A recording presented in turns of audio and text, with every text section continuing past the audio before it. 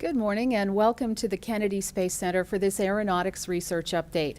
The first A in NASA stands for Aeronautics, so it's particularly fitting that the Aeronautics Research Mission Directorate should kick off this day of briefings on NASA's upcoming activities. With me on the panel today are Ed Waggoner, who is the Director of the Integrated Systems Program Office at NASA headquarters in Washington, and John Cavolowsky, who is Director of the Airspace Systems Program Office at NASA headquarters in Washington. And they're going to talk to you a little bit today about how NASA is working to make air travel safer, greener, and more efficient for you, the flying public. Ed? Yeah, we'd like to start off the aeronautics part of the What's Next discussion just with a few economic factoids that help explain why NASA is working in aeronautics. As you know, aviation touches most of the general public and the taxpayers. It has a huge impact on our economy. Aviation manufacturing and associated services are a powerful economic generator. As a matter of fact, it reduces the country's negative trade balance by about 8%. 1/4 of all U.S. companies' sales depend on air transportation. The aviation industry provides 500,000 manufacturing jobs and another 165,000 transportation service jobs. And these jobs support over 150 domestic airlines that are flying over 8,000 aircraft, transporting around 2 million passengers a day. These airlines bring in a combined operating revenues of over $140 billion a year. So you can see it's a powerful economic force for the nation. Now, for the past several years, NASA Aeronautics has been given some very powerful national level guidance, starting with the National Aeronautics R&D Policy, which was published in 2006. This dictated that a National Aeronautics R&D plan be developed, and that the first generation of that plan was developed or published in December 2007. That was followed with an update to that plan in February of 2010. These documents establish 6 basic tenets for aeronautics R&D, mobility through the air being of vital importance to the economic stability, growth, and security as a nation, assuring energy availability and efficiency, making sure that the environment is protected while sustaining growth in aviation, and maintaining aviation safety, that's paramount to the work that's done. And then aviation is also vital to the national security and homeland defense. And then the 6th tenet is making sure that we have world-class facilities that are available to support the work that needs to be done for aeronautics R&D. In addition to the aeronautics R&D plan and the policy, the Vision 100 legislation, the Century of Aviation Act of 2003, was established the Joint Planning and Development Office and charged that office with developing a plan for the next generation air transportation system, and John will be describing that later during his part of the presentation. And then in August of 2007, the Joint Planning and Development Office published what they call the Integrated Work Plan, which is essentially a roadmap from where we are today to the next generation air transportation system in 2025. And this included a detailed research and development plan. Now, the first slide that we have this morning shows how NASA Aeronautics Program focuses on conducting research in support of NextGen, safety, energy and efficiency, and reducing the environmental impact. And this work is organized around 5 areas of research. Aero's largest research area is focused on a broad suite of vehicles, fixed-wing vehicles that fly from subsonic through transonic through supersonic speeds, focusing on efficiency, emissions, fuel consumption, increased mobility through the air for faster transportation, and in the case of supersonic vehicles, in reducing the sonic boom or making sonic boom more acceptable. In this area, we also do work in rotorcraft. Just think helicopters and the way helicopters can fit into the air transportation system by having helicopters with increased speed, range, and payload while decreasing noise and emissions associated with them. And then hypersonic vehicles. And this enables air-breathing access to space, high-mass entry, descent, and landing into all planetary atmospheres. The second area is research in air traffic management. This is focused on developing and demonstrating concepts, technologies, capabilities that enable any air traffic service provider, in our case for the U.S. it's the FAA, to provide major increases in air traffic management effectiveness, flexibility, and efficiency in our system. And John will be discussing this a little later as well.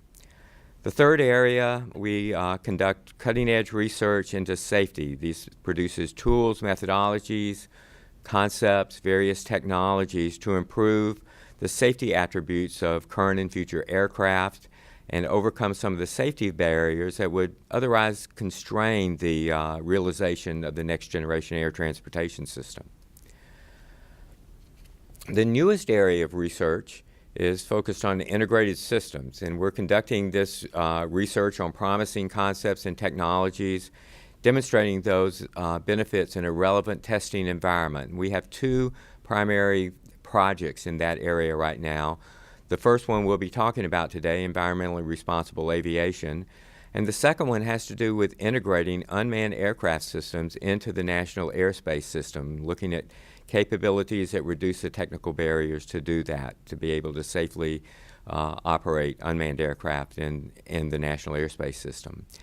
And then all of this research is built on a foundation of both ground and flight test facilities. NASA manages these testing assets to ensure the relevance and the viability of the testing capability to meet the United States aero industry needs.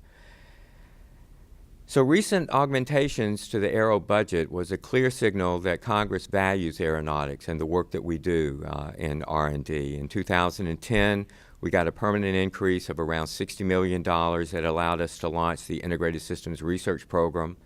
And then this year, we got an additional $30 million for new efforts that include getting the UAS and the NAS project started, verification and validation of complex systems that's being worked out of the safety program, and some additional funding for our innovative concepts in aviation work. Our budget in 2011 was $533 million. That supports the research of 1,370-ish civil servants that are doing the work of aeronautics. And these are primarily housed at 4 NASA centers: Ames Research Center in Mountain View, California, which is just south of San Francisco; Dryden Flight Research Center, which is adjacent to Edwards Air Force Base east of Los Angeles; Glenn Research Center in Cleveland; Langley Research Center in Hampton, Virginia, which is in the southeastern part of Virginia. So how do we accomplish this work? The strategy of our investments is really we take a three-pronged approach. We start with the ideation process, or what I call the ideation process. And there's where we're taking just ideas that often researchers have from observations that have been made or what they think might work. We fund this work either within the programs that we have, or we have a way to actually fund this outside the programs where the ideas may not fit directly in a program in their most embryonic stage. Then this work is matured through our fundamental technology programs, and then the more promising concepts are actually worked further in the Integrated Systems Research Program. And in all of this, we're dedicated to technology transfer, and that is to various stakeholders, which include industry and other government agencies. And this ensures that the U.S. taxpayer gets the most bang for their buck in the investment in the aeronautics work that we do. We feel that this strategy enables game-changing concepts and technologies that are derived from advancing fundamental research that ultimately leads to understanding the feasibility of advanced aircraft systems, the total systems.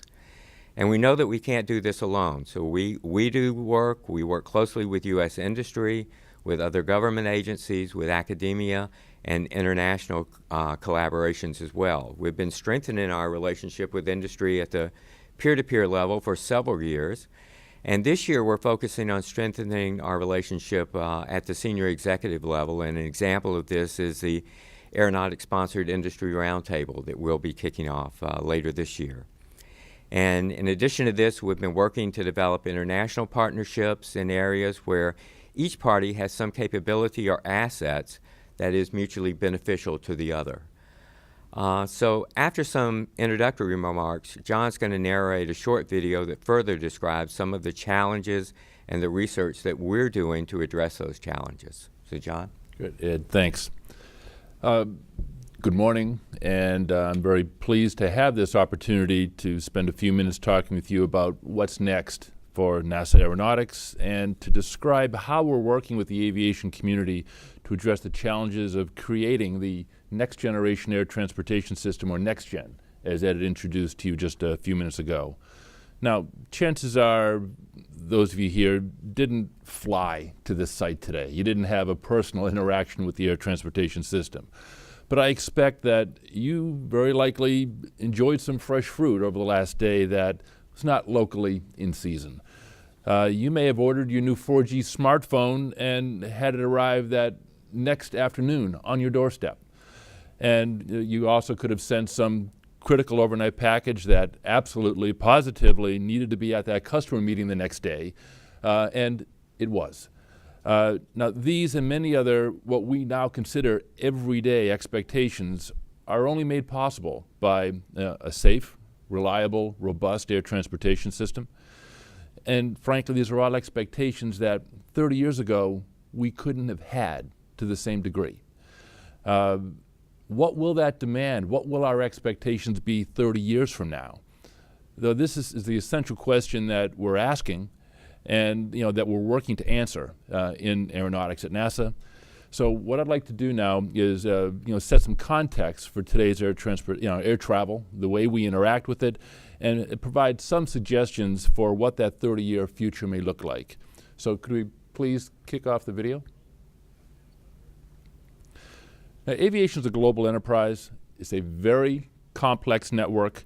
Again, covers the many nations that we interact with, we trade with. But the complexity is greatest here in the U.S. We manage the largest airspace in the world, and it's growing, perhaps doubling over the next 20 years. So what you're watching here is an animation of a day in the life of our air transportation system, and it's displayed using FACET. It's a Future Air Transportation Management, or ATM, concept evaluation tool. You can see the outline of the U.S. in red, blue are the sectors managed by the FAA. 24-hour clock in the lower right, starting around midnight, shows the time of day, and those are real flights. Again, this is a day in the life. About 5,000 aircraft are in the sky at peak times of the day. You can see kind of the tail end of the red-eye traffic coming in from the West Coast, East Coast heating up. You saw perhaps the cargo hubs, Memphis and Louisville, getting busy early in the day. International flights are beginning to arrive as well as depart. You see on the East Coast. And the East Coast hubs certainly have woken up, and transportation is busily creating economic benefit across the nation. The rest of the country follows suit finally with the West Coast providing that benefit. Now you'll see some spots that aren't fully utilized. Frankly, there's special use airspace that we have to manage around. You see a couple triangles in the southwest corner of the U.S. associated with military controlled airspace. And air traffic management manages the interaction of these complex flight patterns, very structured airspace with rigid waypoints. And actually this is all fine while the weather's good, but as the day was indicating, but somehow weather tends to get in the way often of our efficiencies. And here we show a shot of the Northeast Corridor with a severe weather pattern settling in over New York. No longer are those blue tracks heading into the New York area able to efficiently make it into the city and the cluster of airports, the Metroplex, but many holding patterns and inefficiencies are placed in that. 70% of the delays in our system today are due to weather. Currently, controllers talk directly to airplanes and pilots to reduce these delays and reroute traffic around these hazards. But as we look at NextGen, we need better tools to predict weather and impact that. We need to save fuel. Arrival paths, runways are managed largely by this stair-stepping or dive and drive flight to touchdown that you see. It's waste fuel. We need to develop capabilities that allow smooth, continuous descents to the airplane surface. To the airport surfaces. Plus, managing movement of the aircraft on the airport surface and other inefficiencies are rampant. We can gain some. Many of you have been stuck in 20-minute, 30-minute, 60-minute conga lines, missing your connecting flights. Leads to waste of time and fuel and emissions and noise for neighborhoods or on airports. We need to be planning our gate departures for non-stop taxiing and smoother operations. But again, as we look towards this future, it's not all about the operations. What are those new aircraft designs that will enable greater mobility and opportunity for the nation, new business models? We can look at novel approaches to subsonic flight. Supersonic aircraft can provide even greater efficiencies, and hypersonic considerations no less. But we also need to look at innovating our current operations and current aircraft to get the best use that we can, the greatest efficiency out of our current configuration. And we have to ask our question, can innovation allow us to utilize our existing airports and infrastructure for greater benefit? Civil tiltrotor shows potential for just this, and we need NextGen to be able to manage these operations for all these different aircraft with their different performance and business objectives, all flying safely and flying efficiently. So to kind of put a wrap on this video, NASA Aeronautics is addressing the great challenges of transition to NextGen.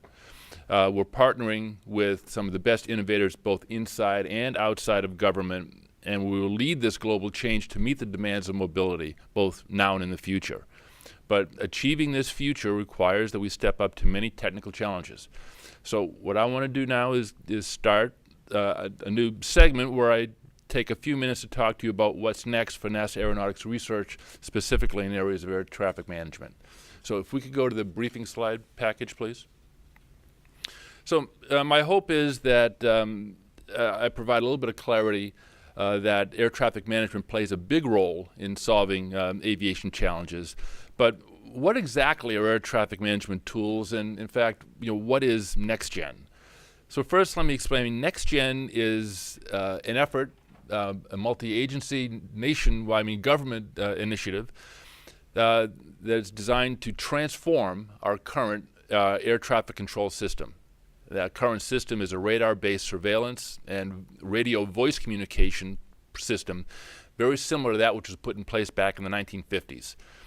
Current system cannot process and cannot provide the flight information in real time, and current flight procedures don't allow for agility needed in order to meet the growing and dynamic demand that we see our air transportation requiring, our needs and our economy requiring. And this current system is expected to be replaced by satellite-based surveillance with network-enabled information and data sharing that will allow greater precision in aircraft position and a common awareness of all flights in the system. Now, NASA Aeronautics conducts research and develops technology that makes use of this data for thousands of aircraft that are in the air at a given time that require efficient operations and flows. It does a computational analysis, in essence, of all that data in order to provide sequence of these fleets of aircraft for most efficient system operation and ultimately reducing delay for the flying public. Our technology provides more efficient approaches to manage traffic flow, and it provides options to controllers and airline operations in order to support their decisions on how best to control the skies and to control their airlines. In many respects, NextGen is about the users. It's about their operational needs, and our tools with the improvements to the NextGen infrastructure are designed to provide that. Now again, our research investigates gate-to-gate solutions. So in other words, from our departure gate through the dense metroplex terminal airspace into the en route airspace and to final approach and landing and efficient taxis to our arrival gate. This work clearly, for sure, supports the FAA mission in air transportation management, but it also supports the needs of airline operators and their carriers. Our technology solutions examine not only those solutions that are implemented at the centralized ground-based FAA control centers, but also implemented through automation available in increasing degrees on the actual flight deck, on the aircraft themselves. This range of control technologies offers opportunity for system scalability, not currently available in our fixed ground-based infrastructure of today. And frankly, the overarching goal is to create decision support tools that simultaneously save time and reduce aircraft fuel use, reduce noise, and reduce emissions. So if we can go to the next slide, please. This is just an example, a straightforward graphic of benefits from such optimization of flow paths. Coordinated arrival trajectories that can enable delay-reducing, fuel-conserving, and noise-mitigating operations. Here you see some actual flight paths with some new procedures that we had helped develop in conjunction with the FAA over the San Francisco Bay Area. Flights coming into the airport at San Francisco significantly, and you can, without understanding the specific levels of reduction, it's clear to see that the noise due to proper and efficient operations and management of these flight tracks are reducing noise over neighborhoods, centering out over the bay, which clearly mitigates some of the concern that many of those neighborhoods have had for years regarding those flow paths. If we go to the next slide, please. But what I really would like to talk to you about today more specifically is a near-term air transportation management technology demonstration activity that we're initiating, and we're initiating it now. It's an optimizing arrival of aircraft demonstration, which is an aggressive technology acceleration and demonstration activity that's going to integrate several research components to safely sustain peak throughput and provide fuel-efficient operations with improved aircraft separation. We need to bring together multiple capabilities, both on the ground, again, the ground-based control tools, and airborne tools needed to efficiently achieve and maintain spacing and reduce delay. And the critical challenge will be to achieve these operational and environmental benefits simultaneously. Again, efficient ops, spacing, and efficient and fuel descents. Again, do that all simultaneously, but the key point, at congested airports. Many of the capabilities that are incorporated into this collections, integration of technologies and demonstration are available one-off. We can have smooth, efficient descents. We can do it at times, however, that aren't congested or non-busy airports. The key to many of our needs for the future are going to be taking these technologies and being able to put them together to achieve all of these benefits when the densities are high and the traffic demand is high. If we go to the next slide, please. So optimizing aircraft arrivals is going to further develop, test, and validate tools for use at congested airports to reduce controller workload and provide these numerous benefits. The NASA-developed technologies that we're going to be integrating for these optimal arrival solutions are including advanced traffic management scheduler, where we're actually managing flows that are in this dense terminal area. We've been working with the FAA for a number of years to bring capabilities that begin the process of managing and organizing flows for efficient arrivals at distances farther out. But the key to being able to do this well is to be able to manage these flows and provide these efficient operations in the dense terminal environment. And also to take advantage of a capability we refer to as flight deck interval management, which is a technology, automated technology on the flight deck of aircraft that can allow the aircraft to manage a very precise and efficient arrival path to the runway threshold, employing a capability referred to as ADSB. And I'll take a moment in a short while to explain what that cryptic acronym is. But benefits for this approach are going to include reduced flight delays, reduced fuel use and workload on both pilots and controllers, allowing higher traffic flows that can meet the increasing demand, reducing implementation risk for partners. And what I mean by that is our job at NASA is eliminating, to the greatest extent, unknowns, to establishing clear requirements and defining benefits case. These are the precise things that both our federal partners, the FAA, and industry needs to understand whether they have the opportunity to apply and to provide benefit from these capabilities and these new technologies. We increase the technology readiness, if you will, the maturity of these through these series of demos, hence reducing their risk to taking that capability and bringing it to the field. We're also accelerating development of air traffic management tools that enable the overall NextGen objectives, but specifically accelerating the development of applications that provide the full benefit of ADSB equipage. Now, ADSB is Automatic Dependent Surveillance Broadcast. It's a crucial component of NextGen and is a satellite-based system that allows both pilots and controllers to see radar-like displays of traffic and update that in next to real time. We talked about the radar-based control that we currently operate in. Aircraft position is updated every 11 to 12 seconds. This, at nearly full time, every second update provides for much more precise measurement of exactly where traffic is and how we can better plan those trajectories in order to keep them safely separated. It also gives pilots access to better weather information. It's more than just position and velocity, and also other elements of flight information. ADSB is going to allow greater responsibility for safe separation to be managed by the pilot, reducing some of the workload for the controllers, but also providing that much greater precision in terms of the position of that aircraft to be able to save time and land more aircraft with higher throughput. So NASA is developing the applications to analyze this data provided by ADSB infrastructure and to provide to pilots and controllers these safe and fuel-efficient routes with a minimum delay. Could go to our last slide, please. And as with all technology solutions, for transition to users and operators and implementation of the NAS, these problems are big and they're complex, and they require collaboration across multiple organizations, both inside and outside of government.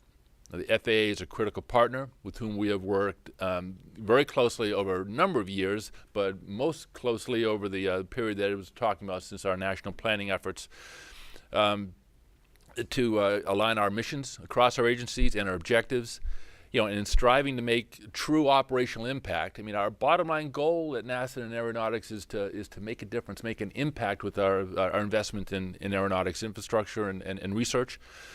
But we're striving to make that operational impact and delivering accelerated and aggressive schedule for these particular demonstration capabilities and the benefits that I listed on the last slide. We're setting this up in roughly a 3-year horizon, where we're developing and testing some of our basic technologies and tools and algorithms. A lot of that will be done at NASA centers. In the second year or middle part of this demonstration time frame, we're going to be evaluating further the benefits and the operational improvement of these technologies that we've integrated through some very sophisticated simulations, a number of which will include human in the loop. We bring in real pilots, active controllers to interact with our technology and our substantial simulator capabilities that will allow us to understand how they interact in some of the true human-machine interactions that are often limiting factors in how well the technology is accepted and implemented. And then finally, as we go forward in the last year of this, we're going to be conducting field tests with partners at real congested airports and terminal areas. So this addresses the need to meet a time frame that provides real benefit for actual users in the relevant operational environment. Now, we don't implement these improvements in the NAS. That's the responsibility of the FAA. But we will deliver the requirements, we'll deliver the tools and the validation test data to allow them to accelerate this operational deployment, again, for that national benefit and to enable the economic activity and the improvements that Ed referred to in the earliest part of this pitch. The community has been showing great interest and support for our strategic approach to bringing NASA technology to demonstration, and we are very excited about this opportunity to deliver tangible benefits for NextGen. So with that introduction and sense of where we're going in air traffic management, let me just switch gears. I want to turn back to Ed, who's going to speak about solving aviation challenges through elements of his integrated research program. Thanks, John. Another challenge under the What's Next construct is that aeronautics is addressing the impact of aviation on our environment. NASA Aeronautics is addressing this challenge on 3 fronts, as shown on the next slide. The first is fuel efficiency. In 2008, U.S. major commercial carriers burned almost 20 billion gallons of jet fuel. The Department of Defense used another 4.6 billion gallons of jet fuel.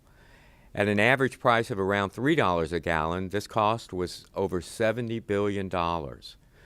So our goal is a 50% reduction in aircraft fuel burn, which of course doubles the fuel efficiency and makes a significant impact to the cost or to the total operating costs that's associated with fuel.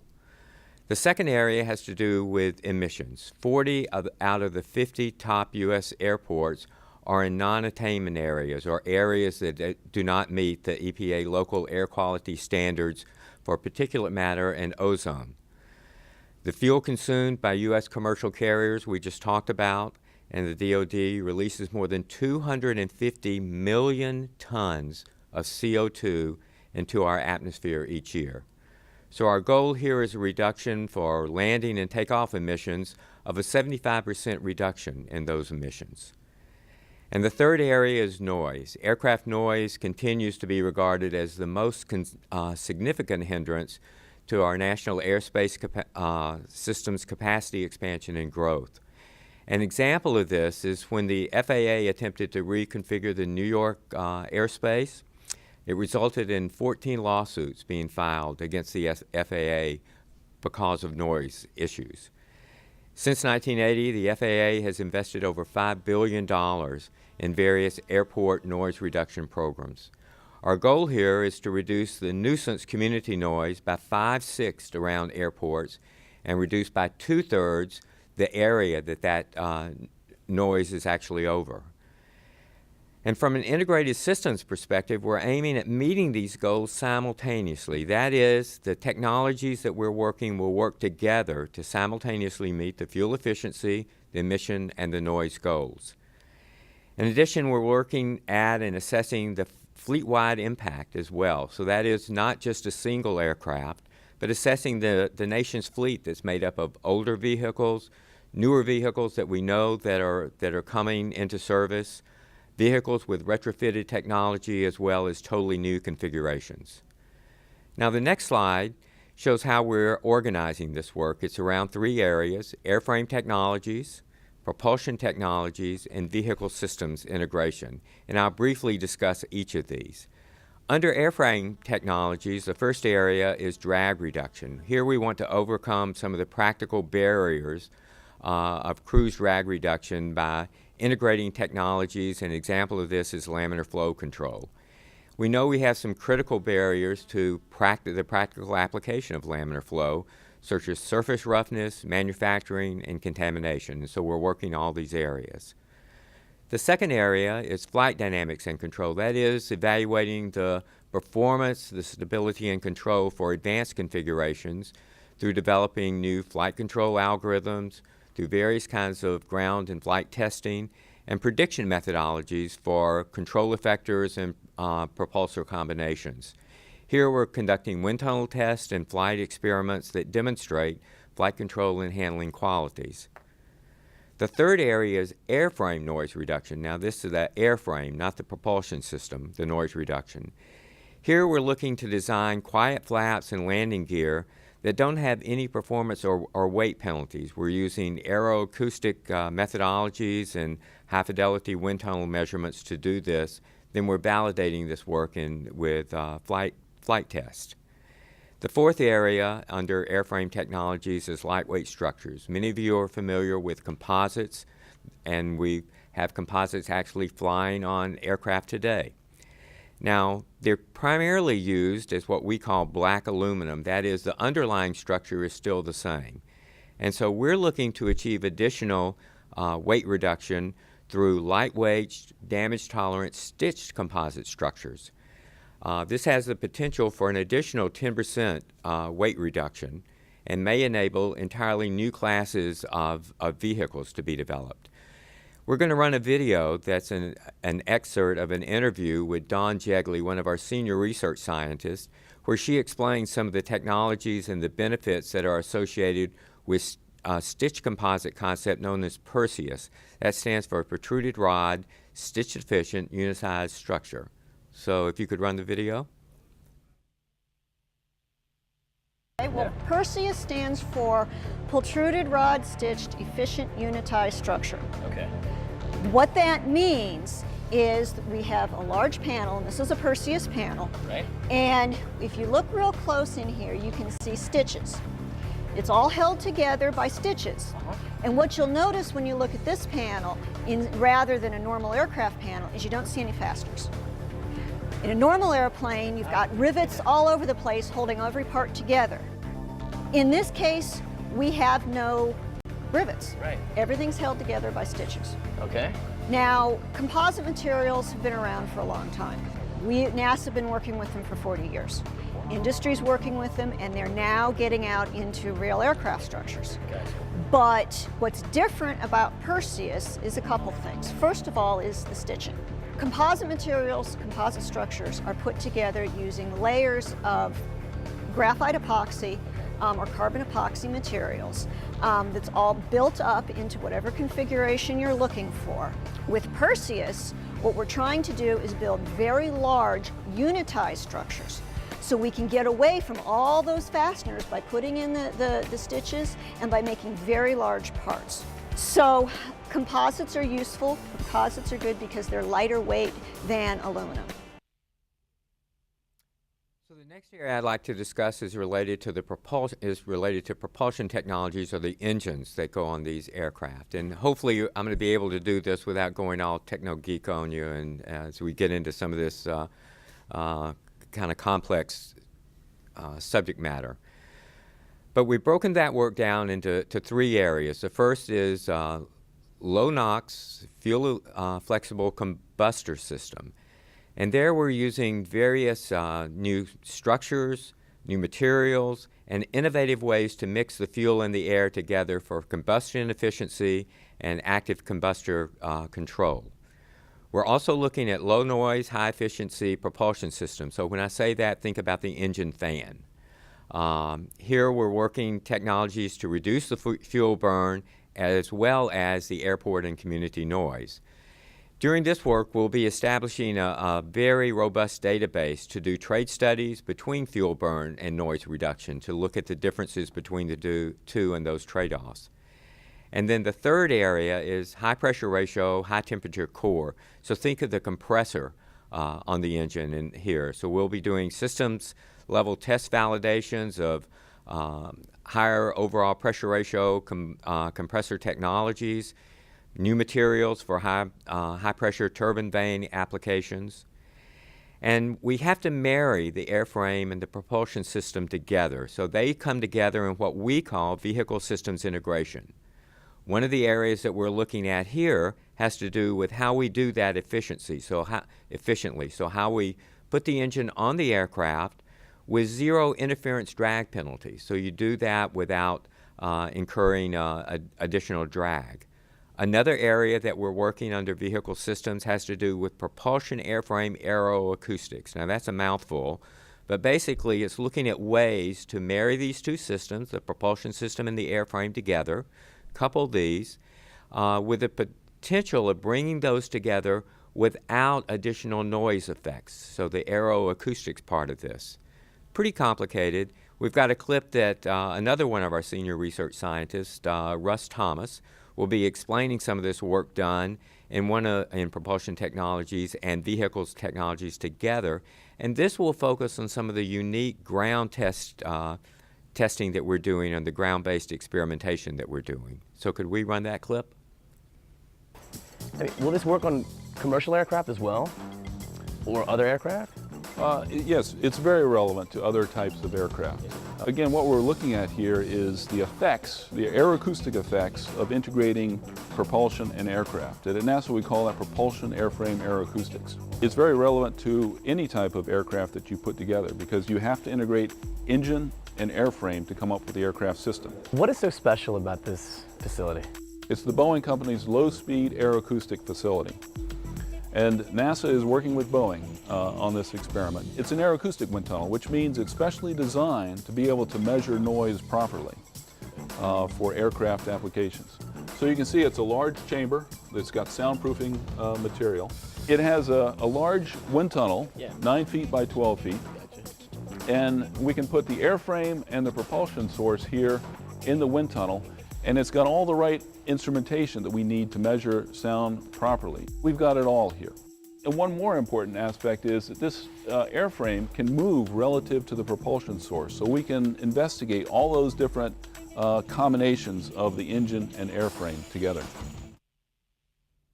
So there you can get some sense of the work that we're doing to understand the placement of the propulsion system on the airframe.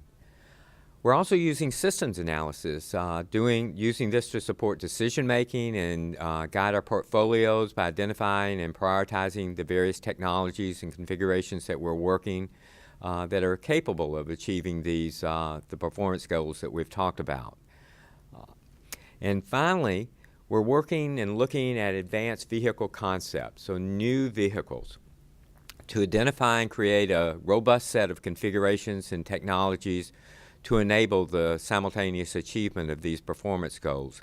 One of the key elements that we're using here is part of a NASA research announcement studies that were competitively awarded and are being performed at Lockheed Martin, Northrop Grumman, and at Boeing. In these studies, the contract awardees are providing detailed analysis and testing and assessment programs of their preferred subsonic transport configurations that they feel will simultaneously meet these goals that we've been discussing this morning. So what we'd like to do is conclude this part of the challenge discussion with a video clip of some ground and flight testing of a scaled model of an X-48B, a remotely piloted aircraft. The video will open with a very short shot of some flow visualization that was taken during some low-speed wind tunnel testing at NASA Langley. Then we'll transition to Dryden Flight Research Center and take you through a flight as part of the Phase 1 flight test campaign. Now, this flight campaign is a joint undertaking between NASA, the Department of Defense, and Boeing. And the model that you'll see in this video was actually built by Cranfield Aerospace. So if we could run the clip. So this is the first part. This is doing some very simple flow visualization up at fairly high angles of attack to see how the aircraft performs and how the flow goes over the upper part of the wing. Now we're transitioning out to Dryden. This shows the rollout of the vehicle.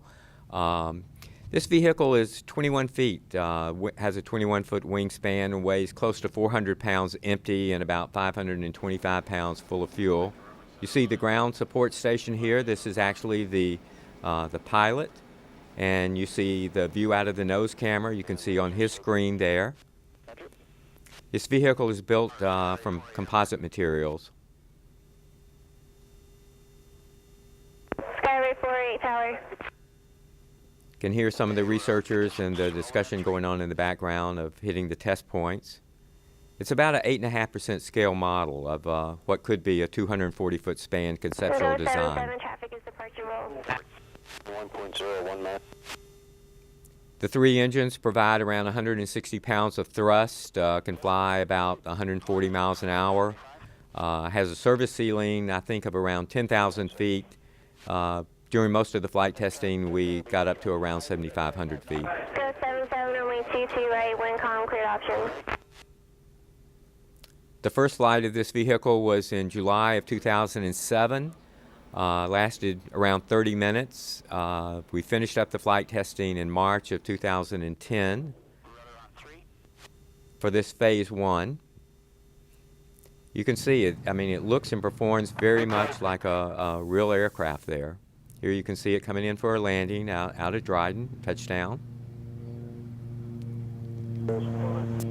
So right now we're reconfiguring the vehicle, removing the three engines, replacing those with two engines, which will increase our actual flight time and data acquisition time, give us a little higher performance, and moving the vertical aerodynamic surfaces inboard for a little more noise shielding. So this will give us a noise benefit as well. We hope to start that additional testing next year. So with that concludes the environmental portion of the challenge that we wanted to discuss. So I'm going to kick it back over to John for some concluding remarks. Thanks, Ed. So what's next for NASA Aeronautics? I think Ed and I have spent a few minutes describing the national agenda that we subscribe to and have been working to help build and satisfy. You heard about the global complexities of this air transportation system and the aircraft that fly within it and our efforts in trying to improve that, make that better. the technical challenges that make that difficult and a very challenging and complex problem. Talked about our portfolio of R&D programs and the missions that they achieve. And we also took some time to describe a couple of the exciting initiatives that we believe can change the future of aviation and make an impact on this next generation air transportation system. So as kind of a final wrap up here, we hope that now perhaps you two can share some of that excitement that that we feel as we embark on our overall mission, our agenda, and looking to create aeronautics breakthroughs for the future. So with that, I believe we now have time for some questions. Beth, would you like to? Right. Thank you, take Ed and that? John. We do have time for questions. If you'll wait for the microphone and give us your name and affiliation, that would be great. Anyone with a question right here? Sure. Pete Crow, St. Harbor Productions. I've got a series of questions about, first of all, what's the relationship between the FAA and NASA, and if you are also putting DoD in this mix, duties, responsibilities, and so forth, between what you're doing and both of you gentlemen? Okay, let me kick off, and then Ed can provide his perspective as well. From the perspective of the transition to NextGen, there is an organization, we didn't mention I think specifically, but the Joint Planning and Development Office, which is a collection of federal partners that are looking to help plan the form, the concept of operations, and an actual work plan to enable transition to that new system, NextGen. As part of that, Department of Transportation, FAA, DoD, DHS, NASA, Department of Commerce, and OSTP. So from the perspective of coordinating our overall national objectives and agenda, that's been a very productive relationship. In the program that I oversee, the Airspace Systems Program with the Air Transportation Management Technologies, we have some very specific relationships with the FAA that we call research transition teams, whereby we look to bring some of our researchers together with FAA stakeholders at earliest stages around particular areas of our technology development in order to make sure that they know what's coming, what the maturity is, and how it has the opportunity to fit into their overall roadmap and implementation plans. So we have a variety of interactions and connections. We've been doing many of these things for a number of years, and we think that we've got a robust way to make sure that our work has value and return and has a transition path into the system. Sorry, Ed, if you wanted to mention other. Yeah, another way that we're working with the FAA is to ensure that the technologies and the concepts that we're working at a research level are certifiable, so that we make sure that eventually that they can be actually integrated into a configuration. We do that on a lot of different fronts. We work very closely with the partners. An example of this is we just kicked off, the FAA just kicked off a aviation rulemaking council that is focused on the integration of unmanned aircraft into the national airspace system. This is made up of federal partners, so government agencies, as well as industry partners, both from particular industries as well as industry associations, looking at the various barriers, the various issues that need to be addressed. And so that will help guide our research in this area, as well as making sure that there's not any unnecessary duplication of effort among the federal partners that are working these areas. So our association with the FAA, we work with them very closely, from a research perspective, from a rulemaking perspective, a certification perspective. So we're working very closely together. It's really a hand-in-glove relationship. All right. Other questions? I'm Jim Siegel. I'm with the Celebration Independent newspaper. Celebration is Disney's planned community outside Orlando. I have a question about vehicle configuration. It seems to me that from my perspective as an air traveler, that the last significant change that occurred in vehicle configuration, aircraft configuration, was the Concorde, supersonic flight, and so on. I think that might have been in the 80s, I'm not sure. But in any case, the Concorde has just gone out of use. So it seems to me as an air traveler that there hasn't been much advancement in terms of vehicle configuration in the last couple of decades anyway. What do you think is responsible for that? So I can give you a little anecdote relative to that. Back in the 90s, NASA was working a program called Advanced Subsonic Transports. And I remember sitting in the Director of Engineering's office at a major aircraft manufacturer and talking about this really cool high-lift system that we were working and how it worked and how it increased the stall margins of the aircraft and things like that, and that we were working to reduce the risk associated with that. And he looked me right in the eye and he said, "We don't take any risk on any of our configurations." And when they launch a new configuration, they're putting the entire company at risk when they do that. And so they're going to do this in a very, very safe manner, making sure that there are no technology risks associated with the work that they're doing. So that's why we're working closely with them now, with these manufacturers, in their advanced configurations and the work that they're doing to develop the advanced configurations, to make sure that we're addressing those risks up front and making sure that we're doing that in a way that they accept, not just in NASA's way, but in a way that they understand and they can accept the data and understand the data that they're working with. So that's why we still see tube and wing aircraft. It's just a very risky, from an economic standpoint, a very risky undertaking to launch something new. What you see is often new technologies and new configurations first being adopted by the Department of Defense, because they will often have a less risk-averse posture and be able to adopt some of those technologies. So when you think about supercritical wings, when you think about area ruling, some of the innovations in engines, we first saw those in DoD aircraft. And another brief expansion on Ed's point, from the integration of new aircraft into the air transportation system, it's critical to make sure that any new flight concepts, vehicle concepts, can actually operate effectively for the air carriers that would be buying these aircraft, in the current system. So from a supersonic perspective or a very high-speed perspective, if you're taking these high-performance aircraft and having to stick them in flight paths and trajectories behind slower aircraft, there is no business case for a carrier to buy that aircraft because the system does not allow them to take advantage of its capabilities.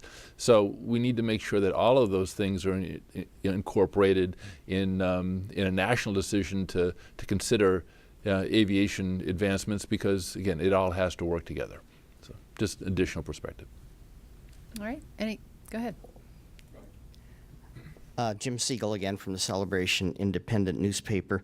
I have a question about the air traffic control system. You were talking a little bit about that, and about the new system called ADSB. Okay, so every once in a while I'll see stories or information that comes out about the nature of the current air traffic control system. Some critics have said it's kind of antiquated, needs to be updated.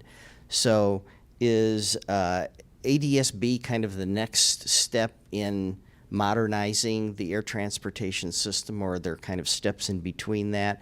And when do you think that ADSB would be fully implemented in the United States, a satellite-based system as opposed to the radar-based system that we have today? The FAA certainly considers ADSB to be a critical next step to enable NextGen. So much so that they have a subscription mandate, if you will, or an equipage mandate in 2020 for carriers to have certain ADSB capability installed on their aircraft. The key element, I believe, is that it provides it gets away from some of the fixed-based surveillance infrastructure that we have now, again, had since the 50s with radar. It improves the performance of that.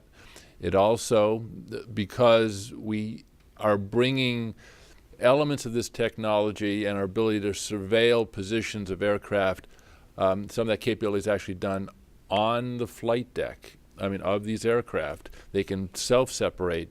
it enhances a scalability to the system, implying that you come up with a new aircraft and you're bringing some of the necessary surveillance infrastructure with you in order to be able to safely navigate the system.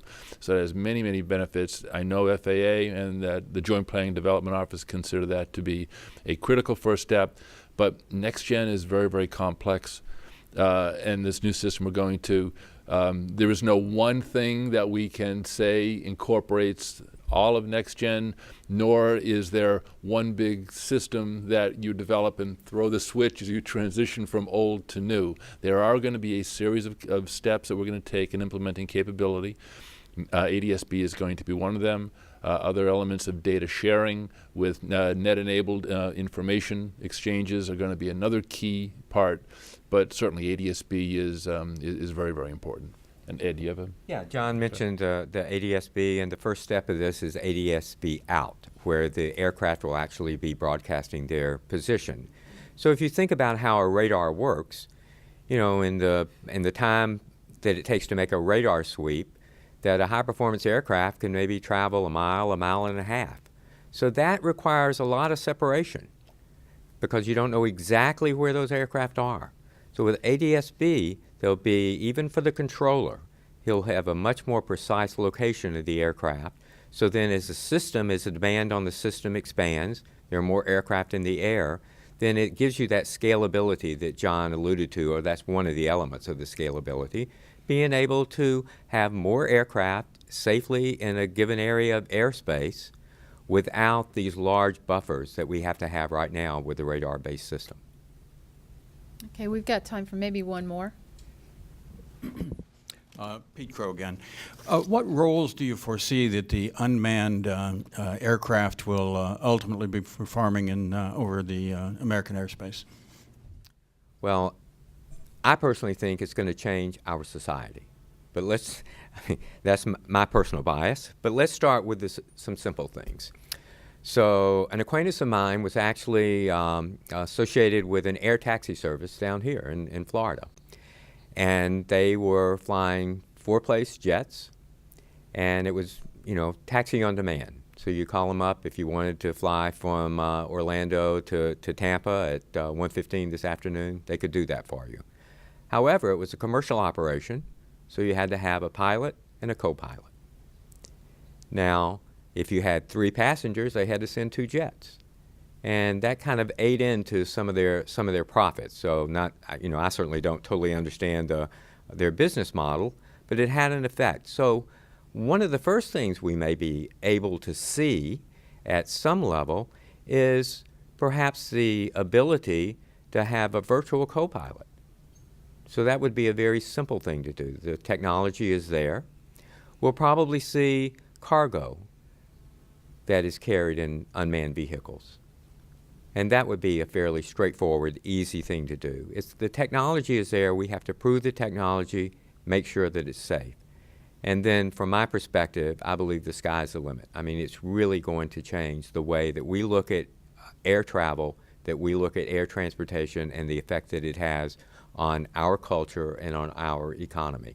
I mean, right now the Department of Defense is using aircraft in the Middle East. They're being piloted with operators and pilots that are in Nevada.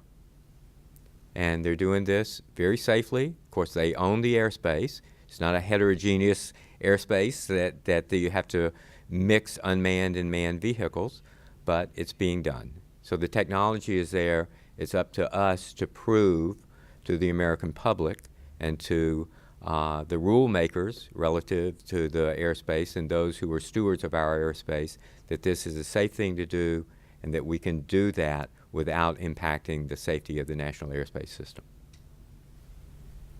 All right, we're out of time. We'll have to call it a briefing. It's been a pleasure sharing aeronautics with you today. Thank you for being here and thank you for watching.